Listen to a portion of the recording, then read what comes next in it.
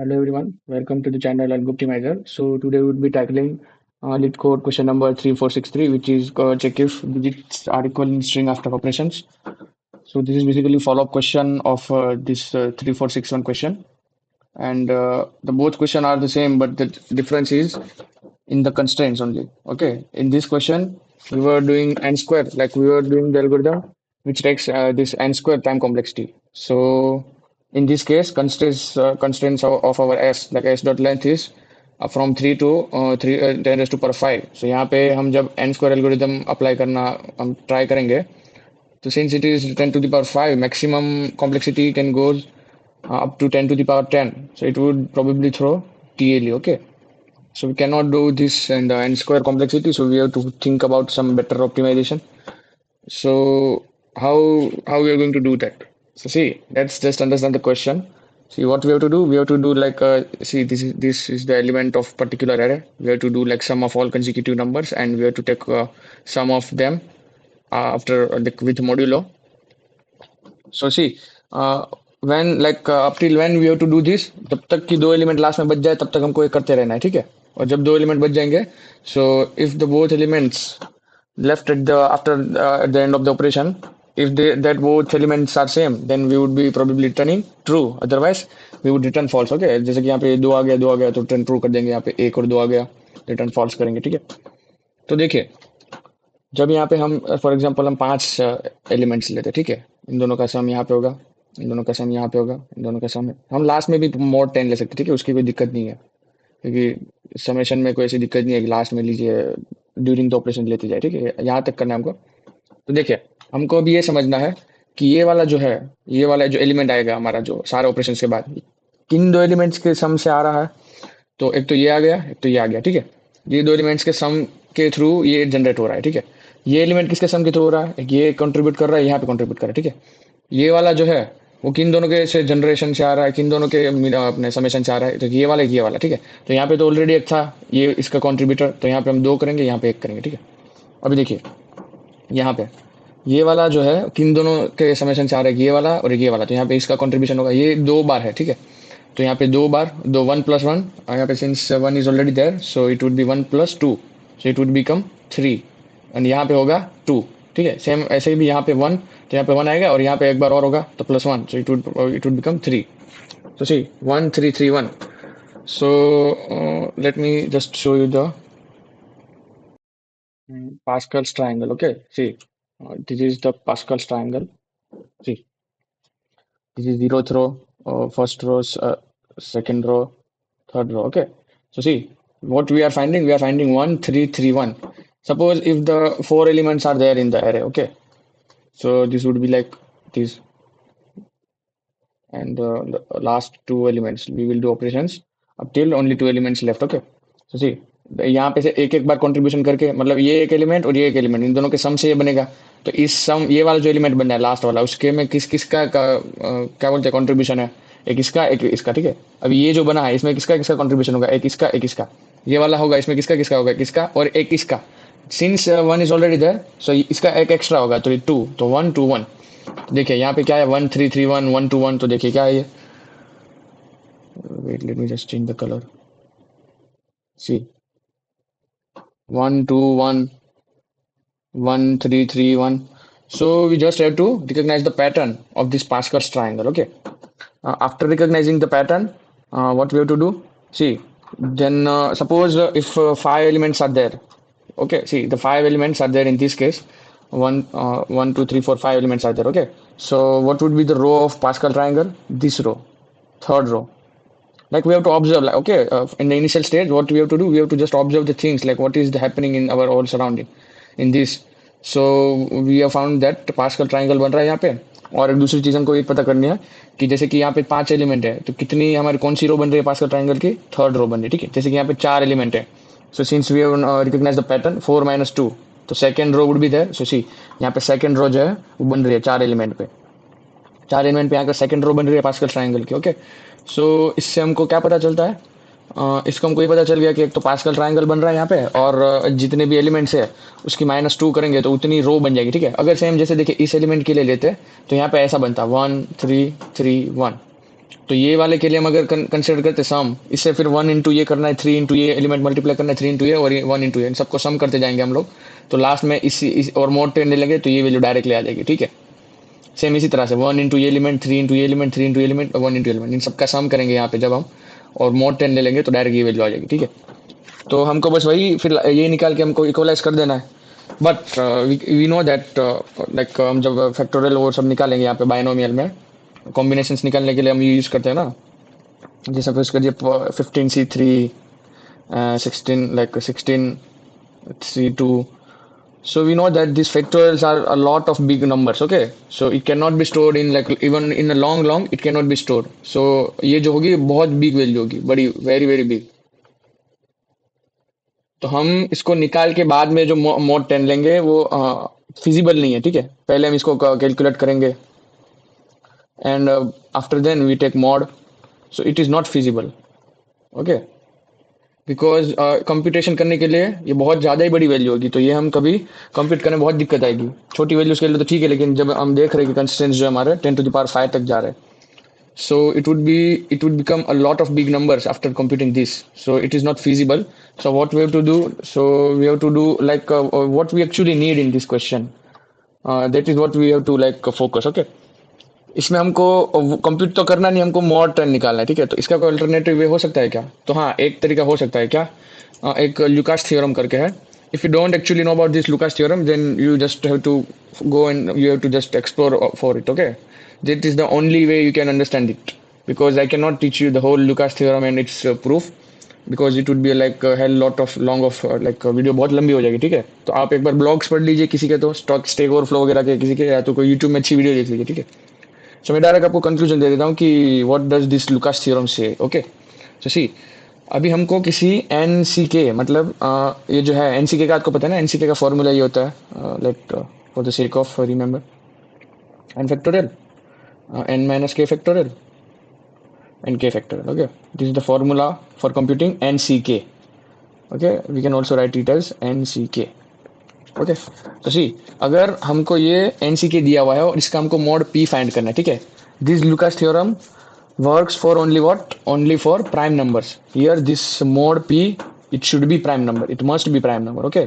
In order to apply this Lucas theorem, it must be prime number।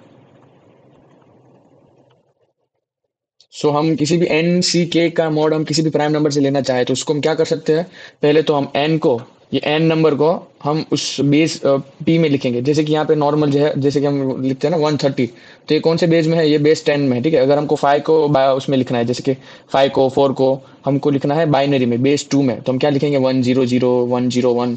सो ये हो जाएगा हमारा, it would be our base 2 number. So we have to write this N and K in base P. And what is P? P is the modulo which we wanted to find, okay। ये जो prime number है modulo है जिसका हमको मतलब हमको overall ये value निकालनी है, एन मॉड एन सी के मॉड पी। तो हमको क्या करना है, पहले एन को पी के बेस में लिख देना है, फिर के को पी के बेस में लिखना है, ठीक है।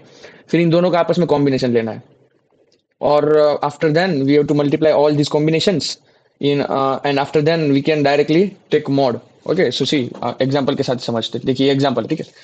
समझिए कि 17 17C12, so we know that 17 factorial and 12 factorial, it would be a lot of big number, like it would be very very very large numbers, this 17 factorials and 12 factorials, okay।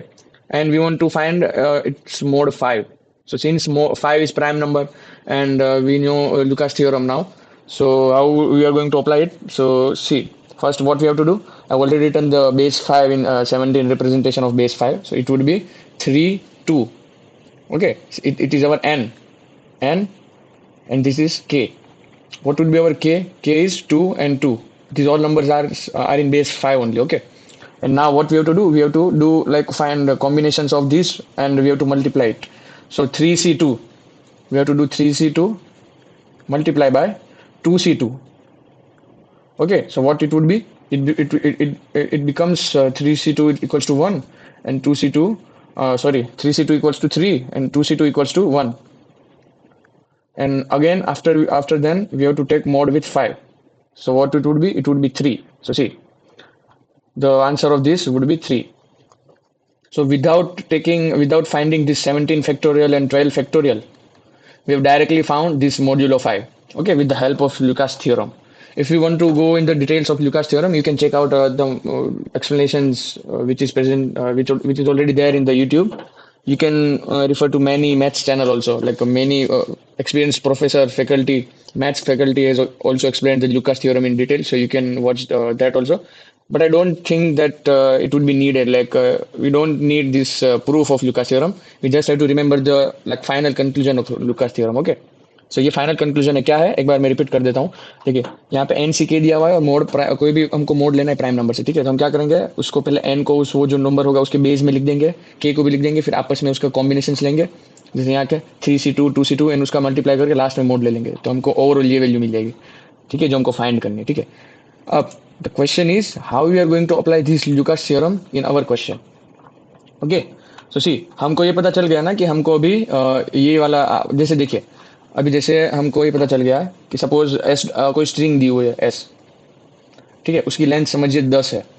तो हम क्या करेंगे, our Pascal row would be what, Pascal row would be 10 - 2, Pascal row would be 10 - 2 which would be 8। अच्छा ये वाली रो होगी हमारी, इसमें दी नहीं हुई है, 8th वाली रो होगी, ठीक है। वैसे ही हमारा सपोज कीजिए for example s is equals to 6 है हमारा s, ठीक है, s डॉट लेंथ जो है वो 6 है हमारी। तो हमारी पास्कल रो क्या होगी, Pascal row would be 6 - 2 which would be 4। तो 4th रो हमारी होगी, तो उसके लिए हमको कॉफी ये मिल गया है, ठीक है, हमको 1 4 6 4 1। बट देखिए यहाँ पे अभी प्रेजेंट है, लेकिन समझिए बड़ा बड़ा कोई नंबर है, जैसे कि इस एग्जांपल में देखिए 10 लिया हमने, ठीक है, एस डॉट लेंथ 10 है। तो हम क्या करेंगे, हम यहाँ से लाइन में ये करते जाएंगे, क्या 10C0 plus 10C1 plus 10C2 up to 10C10 and we have to multiply it by the values of the array. Okay, यहाँ पे कोई वैल्यू आएगी एरे की, यहाँ पे कोई वैल्यू आएगी एरे की, ये सारी मल्टीप्लाई हो जाएगी डायरेक्ट, ठीक है। जैसे कि यहाँ पे देखिए ये जो था ना 1331, ये कुछ नहीं है, ये क्या है, ये हमारा है 3C0, ये हमारा है 3C1, ये 3 हमारा है 3C2, और ये अगेन ये वाला जो 1 है वो हमारा है 3C3, ठीक है। और हमको इसके साथ ये वैल्यू को इसके साथ मल्टीप्लाई करना है, ये इसके साथ करना है, और ऐसे करते करते लास्ट में सम कर देना है, ठीक है। सो यहाँ तक अभी हमको पता चल गया है कि हमको इसकी मदद से हमको ये मिल जाएगा, क्या मिल जाएंगे, कोफिशिएंट्स मिल जाएंगे। कोफिशिएंट्स मिलने के बाद हमको डायरेक्ट मल्टीप्लाई करके ये कर देना है, ठीक है। लेकिन since we know that it is not feasible to find और to compute this factorial in case of very large number, okay. अगर ये बहुत बड़ी वैल्यूज होगी तो इसके फैक्टोरियल्स निकालना बहुत ही मतलब बड़ी वैल्यूज आएगी, तो फिजिबल नहीं होगा, ठीक है। तो और एट द एंड हमको क्वेश्चन में रिटर्न क्या करना है, mod 10 इक्वल कंपेयर करना है ना दोनों का, जो लास्ट में बचेगा उसका। तो सपोज कीजिए ये एक पहली वैल्यू हो गई और ऐसे ही दूसरी बनेगी, जैसे कि यहाँ पे देखिए ये वाले केस में ये वाला जो है, ये वाले एक सारे बन गए पहली वाली वैल्यू, जो इसको रिप्रेजेंट करेंगे, इसको डायरेक्ट रिप्रेजेंट करेंगे। एंड ये जो दूसरे वाले है, ये 1 3 3 1, ये वाले सारे ये एंड ये इसको रिप्रेजेंट करेंगे, ठीक है। तो दोनों ऐसे साइड बन जाएंगे, ठीक है। और हमको क्या करना है, दोनों का mod 10 लेना है, इसका सारा का प्लस प्लस करके जो mod 10 आएगा वो, एंड इसका mod 10, तो दोनों को इक्वलाइज कर सकते हैं। तो हम ये जानते हैं ना कि अगर ऐसा दिया हुआ है हमको a + b और इसका mod 10 लेना है, तो हमको ये कर सकते हैं ना, इसको अंदर वो डाल सकते हैं, मोड की प्रॉपर्टीज होती है, ठीक है, मॉड्यूलर मैथमेटिक्स की। तो a mod 10 सपोज कीजिए यहाँ पे है m दिया हुआ है फॉर एग्जाम्पल, तो ये plus b mod m and last में वापस mod m। Same we can do with multiplier also. Okay, suppose if it is given as a into b and whole mod m, so we can directly write this in the form of a mod m multiplied by b mod m and whole mod m. Okay, so this. So this mod will directly goes like for each of these value. Okay, so directly अंदर यहाँ पे जो distribute हो जाएगा ये वाला mod जो है, it will goes to directly these values. Wait, just okay. So where were we? Yes. This mode will directly go to all the values inside this. Okay. This one, this one, this one. तो direct यहाँ पे mode चल जाएगा और हमको फिर सिर्फ ये मोड इसका मोड 10 फाइंड करना होगा, ठीक है। तो ये हमने कहीं देखा देखा लग रहा है कि मोड 10 फाइंड ये है, तो ये कहीं कहीं हमको पता चल रहा है कि लुकास थ्योरम की बात कर हो जा रही है, लुकास थ्योरम की। Okay, just pardon my spelling. Okay, ठीक है। तो देखिए अभी ये तो हमको पता चल गया, लेकिन देखिए अभी यहाँ पे ये है कि हमको 10 के साथ करना है, ठीक है। ये कोई वैल्यू आएगी हमारी एन सी के, हमको मोड लेना है 10 के साथ, but we have like we have learn that The Lucas theorem is only there for what values? For prime numbers. Okay, we can only apply Lucas theorem if the mode which you are taking is prime number, but this 10 is not prime. So how we are going to deal with it? Okay, so see, we will break this 10 into its prime factor, which would be 2 and 5. So see, it is possible na, n k with this mod 2 would be possible with the help of Lucas theorem, and with the same nck will also be possible with the help of nck mod 5 will also would be possible with the help of Lucas theorem. So see, since we have already we will compute this and this. After then, since we have already computed these two values, then what we'll do? And one thing also I want to tell, कि जब हम कोई भी value का mode 10 लेंगे, ठीक है, कोई भी वैल्यू है उसका मोड 10 लेंगे, तो उसका आंसर कहाँ से कहाँ वेरी कर सकते हैं? 0 से लेके 9 तक। तो हम सिंपली क्या करेंगे, हम 0 से चेक करेंगे।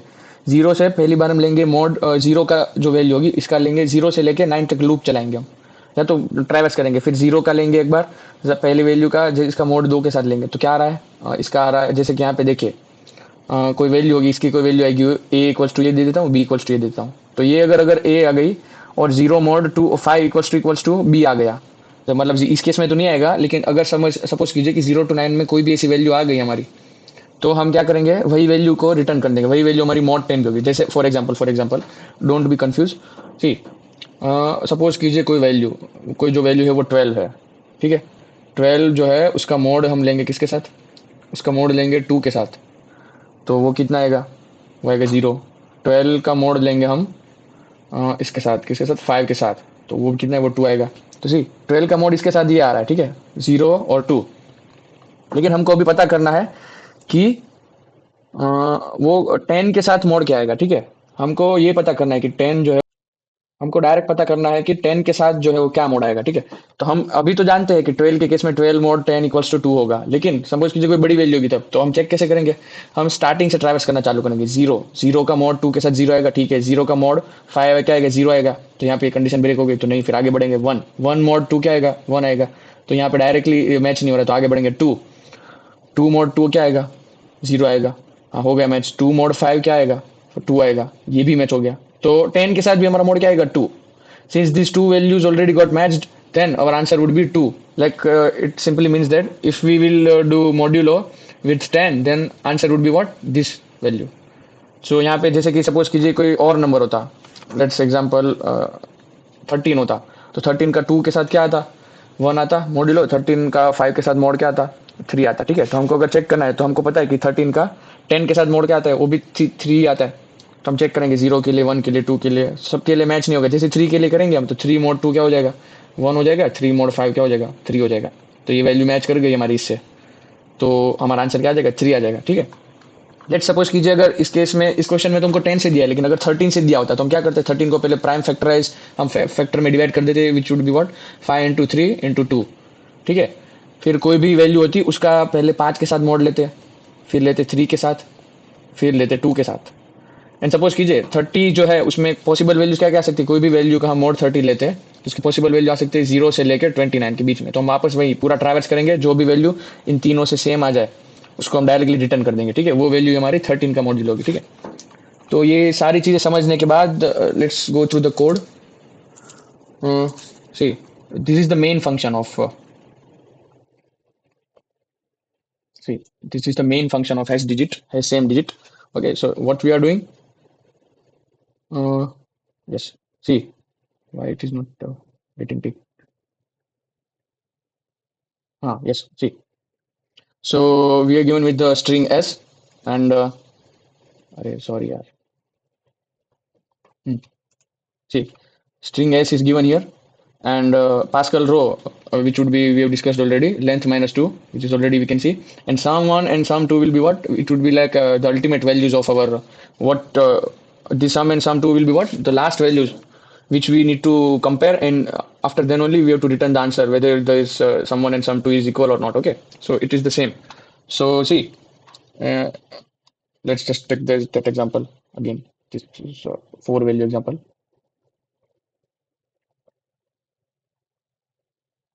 It would be 1 3, no, 1 2 1, and here 1 2 1. Okay, this would be for what?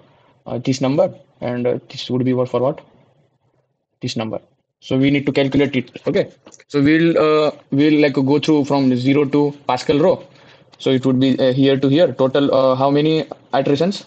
Pascal row iterations. Okay. So in this case, 0, 1, 2, 3, 4. Four number are there. 1, 2, 3, 4. And so our Pascal length would be what? It would be 2.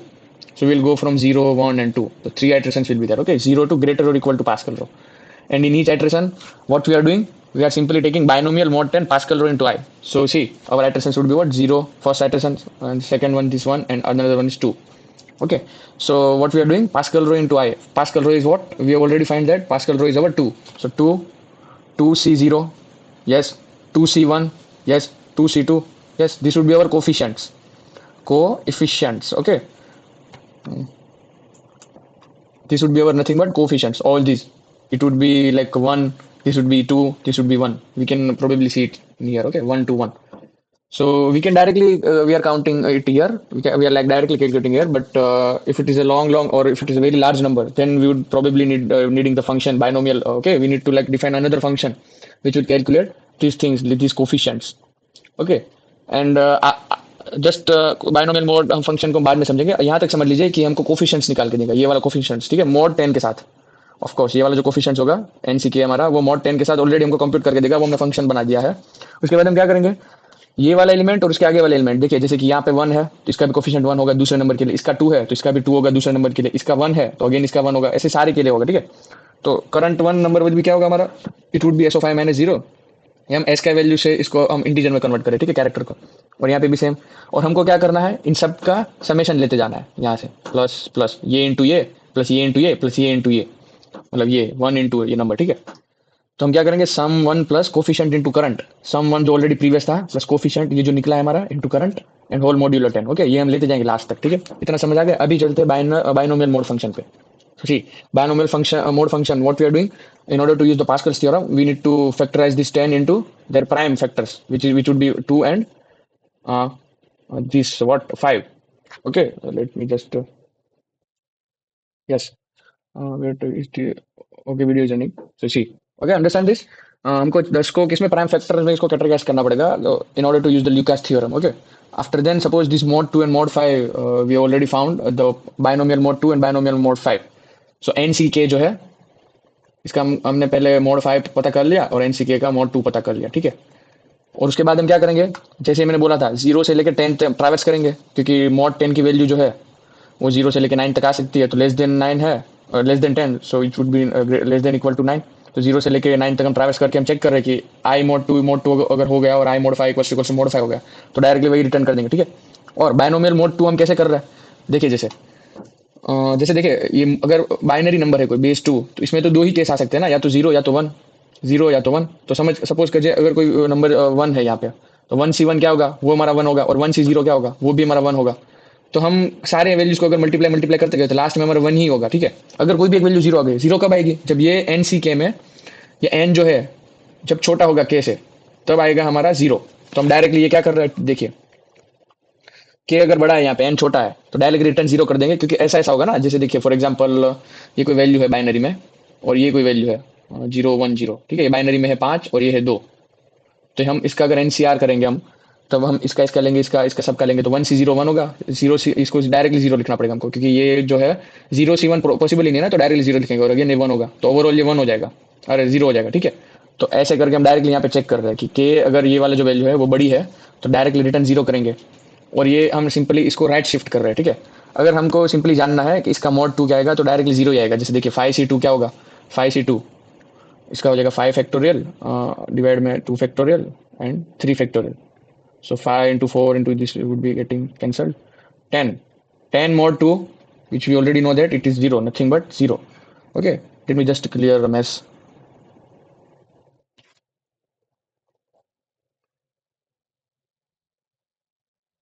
Okay, so this is our mod 2 function and same ये binary जो ये mode 5 function है. Mode 5 function निकालना मतलब basically आपको आता है ना, हम कुछ नहीं करते. जैसे देखिए हमको 13 को बेस 5 में हमको लिखना है. ठीक है, तो हम क्या करेंगे, यहाँ पे से सब 5 करेंगे और सपोज कि सबसे पहले उससे चालू करते हैं हम, किसे 5 से 5 का बेस लेना, तो 5 से फिर इसका हम करेंगे तो 6 into 5 will be this again 5. तो ये हमारा क्या आ जाएगा ये, और यहाँ पे रिमाइंडर क्या आएगा, 0 आएगा. ठीक है, रिमाइंडर लिखते जाएंगे यहाँ पे 5 mod 6, तो यहाँ पे 1 आएगा और 5 into 1 5 और वो रिमाइंडर आएगी 1. और ऑफर करेंगे 0, तो ये क्या आएगा हमारा, wait, see this.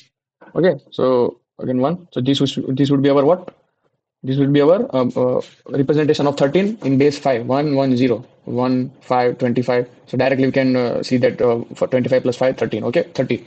So it is simple. What we have to do, we have to, like, every time we have to find a modulo with this whatever number which we want to find the base. like हम यहाँ पे 5 का base निकाल देना, 5 का representation, 30 का representation निकाला किसमें, बेस 5 में। तो हमको 5 के साथ मॉड लिया पहले हमने, तो 0 आया, लिख दिया। फिर 5 से डिवाइड कर दिया, तो इसका 5 से डिवाइड किया तो 6 आया, वापस से मॉड्यूल ले लिया, वापस डिवाइड किया, वापस मॉड्यूल ले लिया। तो हम क्या कर रहे हैं, देखिए यहाँ पे 5 में सबसे पहले तो हमने क्या ले लिया, मोड ले लिया यहाँ पे, ठीक है, 5 का और इसका ऊपर का और नीचे का मोड ले लिया। फिर वापस इसमें चेक किया कि जैसे देखिए यहाँ पे कोई रिप्रेजेंटेशन आ गया 4 3 0, और यहाँ पे कोई आ गया 3 4 0, 5 में, ठीक है, 5 का रिप्रेजेंटेशन है, कोई भी एक नंबर है, तो 4 से 3 तो हम कर लेंगे, लेकिन 3 से 4 नहीं कर पाएंगे, तो इस केस में डायरेक्ट रिटर्न क्या कर देंगे, 0। तो देखिए यहाँ पे same as this in this case, okay, what we have seen in this case, it would be like the same in this case also. जो मोड 2 में जो हमने सीखा था कि जो के ऊपर वाली जो वैल्यू होगी एनसीके में, वो कभी भी छोटी नहीं हो सकती है, तो अगर होगी तो हम डायरेक्ट रिटर्न 0 करेंगे, ठीक है। ऊपर वाली वैल्यू कभी भी छोटी नहीं हो सकती है। देखिए ऊपर वाली वैल्यू मतलब कि ये के डी अगर बड़ा हुआ और एन ऊपर वाली जो वैल्यू है वो छोटी हुई, तो हम डायरेक्ट रिटर्न 0 कर देंगे। Otherwise what will do, we have to find the combination of this and we have to multiply all of the combinations. Okay, so the see result into what, and factorial of nd, like I have written the basic function, basic formula for this nd kd. It would be what, nd factorial divided by nd minus kd factorial or kd factorial. This kd or nd is nothing but n digit or k digit. Okay, it is nothing but simply this mod 5 mod 5. So see, if KD is again, we will check, and after then we will just divide it by 5. Okay, so what we will do, what we are doing actually, हम क्या कर रहे हैं इसमें, देखिए एक pattern है ना, पहले रिमाइंडर फाइंड कर रहे हैं, फिर ऐड कर रहे हैं, डिवाइड कर रहे हैं, रिमाइंडर फाइंड कर रहे हैं, ऐड कर रहे हैं, डिवाइड कर रहे हैं। सेम देखिए यहाँ पे क्या क्या था, हमने यहाँ पे रिमाइंडर फाइंड की थी, रिमाइंडर फाइंड की थी, डिवीजन लिया था, रिमाइंडर फाइंड की थी, डिवीजन लिया था, रिमाइंडर फाइंड की थी, डिवीजन लिया था, ठीक है। तो जैसे ये किसी वैल्यू के लिए बन गया, वैसे कोई दूसरी वैल्यू होगी यहाँ पे, उसके लिए भी करके कोई हमारी वैल्यू बनेगी, और आपस में हम क्या कर देंगे उसका, फिर ये कर देंगे, फॉर्मूला लगा देंगे ये कि 30 factorial divide by 30 factorial into n minus k factorial वाला, ठीक है।